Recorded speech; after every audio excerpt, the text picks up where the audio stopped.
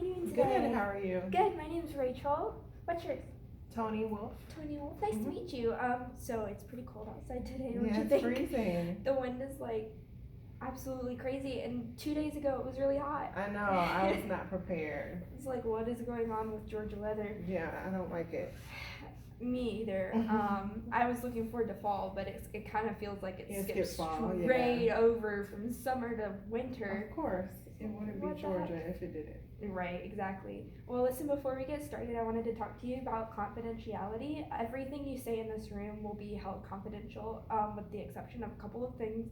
If you're harm to yourself, if you're harm to anybody else, if these records are somehow subpoenaed in like a courtroom setting, or if like a vulnerable population such as children or elderly people are being abused or neglected. Okay. So just so you know, those are like the few points where I would have to report because I'm a mandated reporter. Gotcha. But anything else will be kept confidential between you and me, whatever you say. Gotcha. So what brings you in today? Well, I was talking to my friend. I've been divorced for a couple years now, and I have 3 kids.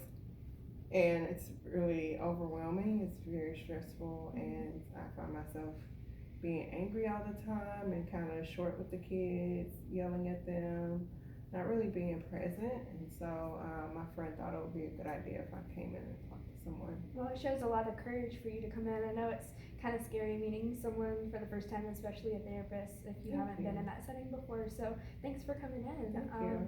So what I'm hearing you say is you're finding yourself becoming a little more irritable and frustrated with your kids. Yeah. Is this over like really small things, or are your kids like behaving really badly? It's over small things. I mean, sometimes they behave badly and they're fighting. But sometimes I could just get irritated at the smallest things. If they're asking for something, I might get irritated. A lot of like stress buildup can do that to people sometimes. I've had a lot of clients who, once they get like really stressed out, the smallest little thing can really like make them irritated. How have you dealt with this in the past? I usually will yell at them, and then afterwards I feel really, really bad, and so I might take a couple minutes to myself and just kind of breathe and talk myself down and kind of calm down that way. But I would like to do that before I yell at them. You burst out in anger. Yeah, that's totally reasonable. I know for a lot of my clients in the past, certain like coping skills have really helped them, like such as maybe journaling. Like if you feel yourself getting really angry, maybe just taking a couple of seconds to scribble down like on a piece of paper. It helps it kind of get the anger out of your head and onto something more concrete. I know that's been really helpful for a lot of people. Maybe also, I know it's super cold, but taking a quick walk if you can. I know you can't really leave your kids that long, but or even like a change in sensory like organs, like maybe taking a hot shower or lighting a candle so your smell is different, or maybe eating a piece of your favorite candy. A lot of times changing your sensory like organs will really help like take your mind off of it maybe.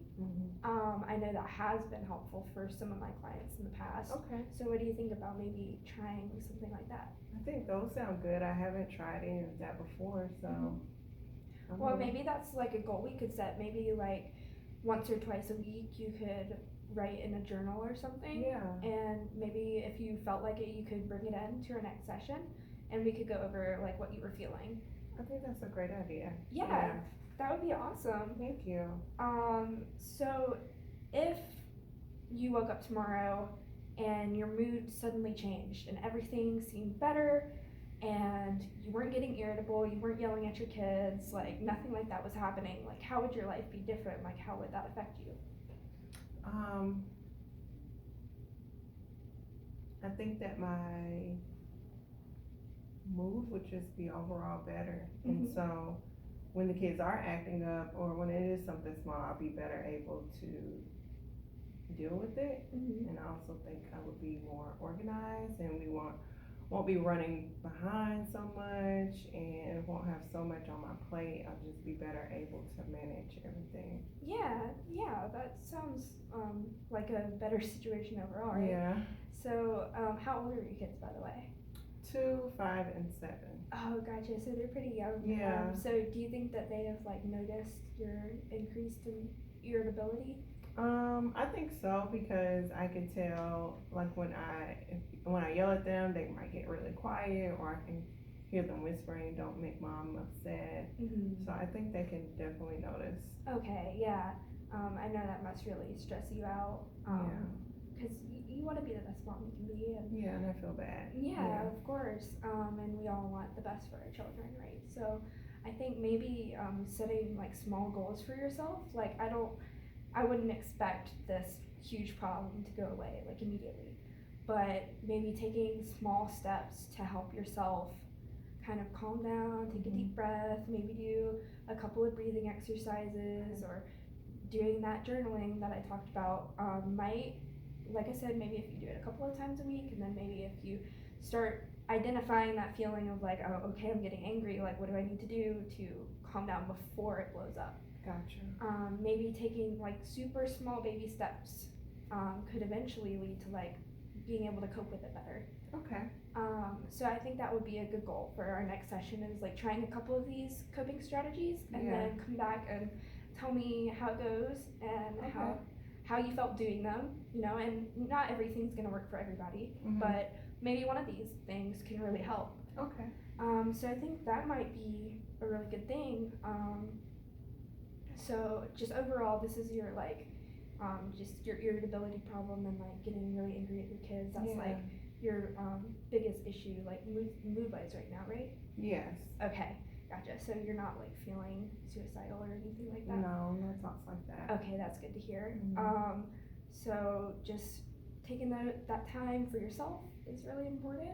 Okay. You've got to take care of yourself to be able to take care of your kids, or else like what happens when you're not running at your best, you know? That's very true. Yeah.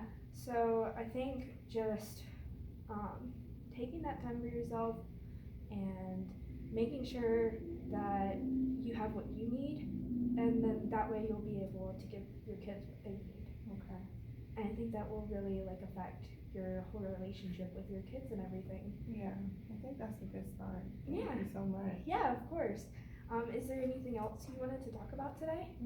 That's it. I'm just ready to try some of the things you suggested and see how that goes, and talk about it our next session. Yeah, okay.